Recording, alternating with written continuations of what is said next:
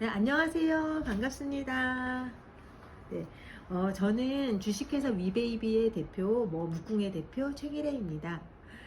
선생님께서 의뢰를 주셔서 오늘은 세계 비건의 날을 기념하는 그런 강의가 좀 진행이 될 것 같고요. 또 그 환경 캠페인도 여러분들이 한다고 들었어요. 그래서 이런 되게 좋은 취지로 만드는 수업이니까 정말 간단하게 세계 비건의 날이 어떻게 해서 만들어졌는지, 또 어떻게 만들면 그런 비건 원료로 핸드워시까지 만들 수 있는지, 그런 것들을 좀 간단히 소개하는 자리가 될 것 같아요. 여러분들께 좀 도움이 되는 그런 영상이었으면 좋겠습니다. 먼저 비건의 뜻이 무엇인지, 어디에서 이런 말이 좀 유래가 됐는지부터 좀 보도록 하고요.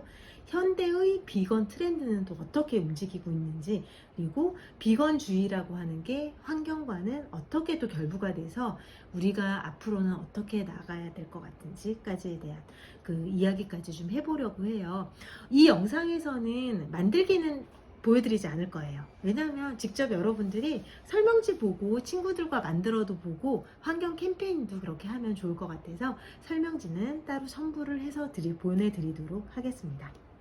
자, 비건의 날은요 11월 1일, 지금 한 달 정도 남았네요. 그렇죠? 한 달 조금 더 남았는데 11월 1일이 세계 비건의 날이고요. 1944년도에 영국의 비건 소사이어티라고 하는 단체가 설립되면서 50주년이 되던 해, 즉 1994년에 이런 비건이라는 용어가 만들어졌습니다. 비건이라는 용어는 다들 많이들 아시겠지만 베저터블이라고 하는 이 베저테리언, 이런 그 채식주의자, 여기에서 파생된 말이에요. 그 말이 비건이라는 말로 현재는 이렇게 사용이 되고 있습니다. 실제로 이 채식주의는 우리나라뿐만 아니라 고대 옛날의 역사를 봐도 2000년 이상 존재하고 있어요. 그리스의 수학자인 피타고라스 같은 경우에 자신뿐 아니라 자신의 학파들까지도 고기를 먹지 말자라고 이렇게 금했었고요. 또 철학적으로 좀 따져보면 동양의 힌두교, 불교의 신도들, 자이나 교도들, 이런 사람들도 윤리적인 이유로 오랫동안 채식만 해왔었습니다. 또 이렇게 미루어 짐작을 해보면 이런 채식주의에 대한 비건의 역사는 꽤 오래전부터 현재까지 이르고 있다고 할 수 있습니다. 현재의 비건이라는 의미는 동물을 고통스럽게 하지 않겠다, 고통스러운 식사는 하지 않겠다라고 하는 동물 보호주의를 사실 뜻해요. 동물을 기르는 과정에서 혹은 동물을 도축하는 과정에서 동물이 받는 고통에 좀 반대한다는 그런 의미이죠, 사실. 근데 비건을 하기가 선생님 입장에서는 사실 쉽지는 않던데, 그런 여러 가지 이런 생각에서 사실 시작을 했고요. 그렇다 보니까 비건주의자들은 동물 원료도 배제하고 동물 실험으로도 배제를 하고, 이런 식으로 해서 동물에게 고통을 가해서 만들어진 화장품 원료, 화장품을 소비하지 말자라고 하는 구매에 저항하는 보이콧도 현재 하고 있는 실정입니다. 다들 많이들 아시겠지만 많은 화장품 회사들에서 사실 이런 비건을 많이 표방을 하고 있어요. 현재는 그렇게 해서 많이 화장품으로도 출시를 하고 있고 먹거리 쪽으로도 많이 출시된 걸로 알고 있습니다. 과거에서부터 현재까지 비건이 어떻게 지금 현재 트렌드가 오고 있냐면, 옛날 초기에는 윤리적인 사실 그 종교적인 관점에서 시작을 했어요. 초기에는 살생을 좀 금하자, 살생을 하지 말자, 동물을 죽이지 말자 하는 윤리적인 행위가 이미 예전부터 있어 왔고요. 이렇게 해서 채식주의가 시작이 되었다고 볼 수 있습니다. 또한 동물을 도축하는 과정에서 고통을 주는 행위에 대해서 좀 반성과 절제라고 하는 종교적인 관점이 사실 많이 내포가 된 채로 채식주의, 즉 비건이 시작이 되었습니다. 그럼 이렇게 시작된 채식주의가 어떤 식으로 왔냐면, 중기에는 건강에 대한 관점으로 조금 바뀌었어요. 건강에 대한 관점으로 바뀌면서 일반 사람들도 채식을 굉장히 좀 많이 하는 쪽으로 바뀌게 됐습니다. 좀 우리나라뿐만 아니라 전 세계적으로 잘 살기 시작하면서 산업화 이후에 건강에 대한 관점이 되게 많이 관심이 늘어나게 됐는데요. 육식에 대한 연구를 되게 많이 하게 된 거예요. 육식에 대한 연구, 채식에 대한 연구를 많이 해봤더니 육식 위주의 식습관이 건강에는 좋지 않더라 라는 결과들이 막 나오기 시작합니다. 그러면서 채식을 안 했던 사람, 비건이 아니었던 사람들도 몸에 좋지 않다는데 한번 채식을 해볼까 라는 생각으로 이제 바뀌게 된 거예요.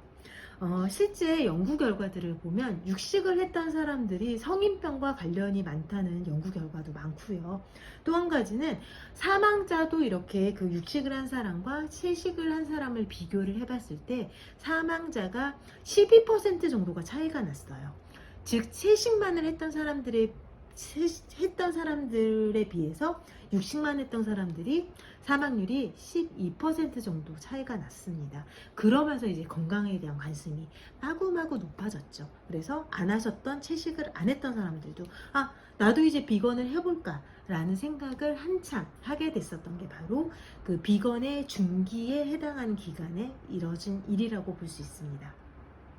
세 번째는 이제 현재에 와서는 그런데 이제 환경적인 관점이 여기에 추가가 됐어요. 예전에는 윤리적으로 건강적으로 채식, 비건을 좀 해야 되지 않냐가 주된 이유가 됐다면 현재는 환경적인 관점이 더해져서 선생님 블로그에도 좀 이렇게 올려놨는데 그걸 보시고서 여러분들이 좀 공부를 해봤으면 좋겠어요. 옥스퍼드 대학에서 어떤 통계 자료를 만들어낸 게 그 탄소 발자국이라고 많이 들어보셨죠? 즉 얼마나 많이 탄소들 그 자원을 이용해서 환경 오염을 시키느냐 이런 것들을 탄소 발자국이라고 하는 걸로 수치를 다 마련을 해놨거든요. 그걸 옥스퍼드 대학에서 진행을 했는데 거기서 조사를 해본 결과 비프 있잖아요. 소가 그렇게 환경을 오염시키고 탄소 발자국을 굉장히 많이 만들어낸다는 거를 다른 어떤 원재료, 돼지라든지 아니면 초콜릿이라든지 우유라든지 그런 것들에 비해서 2배, 3배가 넘게 탄소 발자국을 많이 만들어냈다는 걸 발견을 했습니다. 즉, 소의 경작으로 인해서 실제로 원래 있었던 경작지를 바꿔서 소 농장으로 이렇게 막 변형을 시킨다던가 먹이를 주고 도축하는 과정 또는 운송수단을 통해서 세계적인 먹거리로 소를 이렇게 수출을 막 하잖아요. 이렇게 여러 가지 과정에서 나오는 탄소 발자국을 따져보면 환경 오염물을 굉장히 많이 발생을 시키고 있어요. 이렇게 하다 보니까 비건은 윤리적, 건강적인 관점을 현재는 넘어서 환경적인 관점까지 이어진 트렌드로 현재 이렇게 이어지고 있습니다. 여러분들의 깊은 생각에서 이게 나와서 좀 구매를 덜 해야 되겠다. 고기를 예를 들자면 일주일에 3번 먹었던 거 한 번으로 한번 줄여볼까 하는 것부터 좀 시작이라고 생각해요. 바잉 파워를 갖고 있는 우리 자신이 즉 구매력을 갖고 있는 거잖아요. 우리 자신의 스스로의 생각에서부터 시작을 해서 좀 육식, 동물에 대한 사랑 이런 것까지 좀 생각해보는 그런 자리가 됐으면 좋겠고 세계 비건의 날을 통해서 여러분들이 정말 우리 몸에도 좋은 비건 원료로 만드는 핸드워시 만들기까지 잘 진행을 해보셔서 환경 캠페인 잘 해보셨으면 좋겠습니다. 여러분 수고 많으셨습니다. 다음에 또 봬요. 네, 수고 많으셨어요.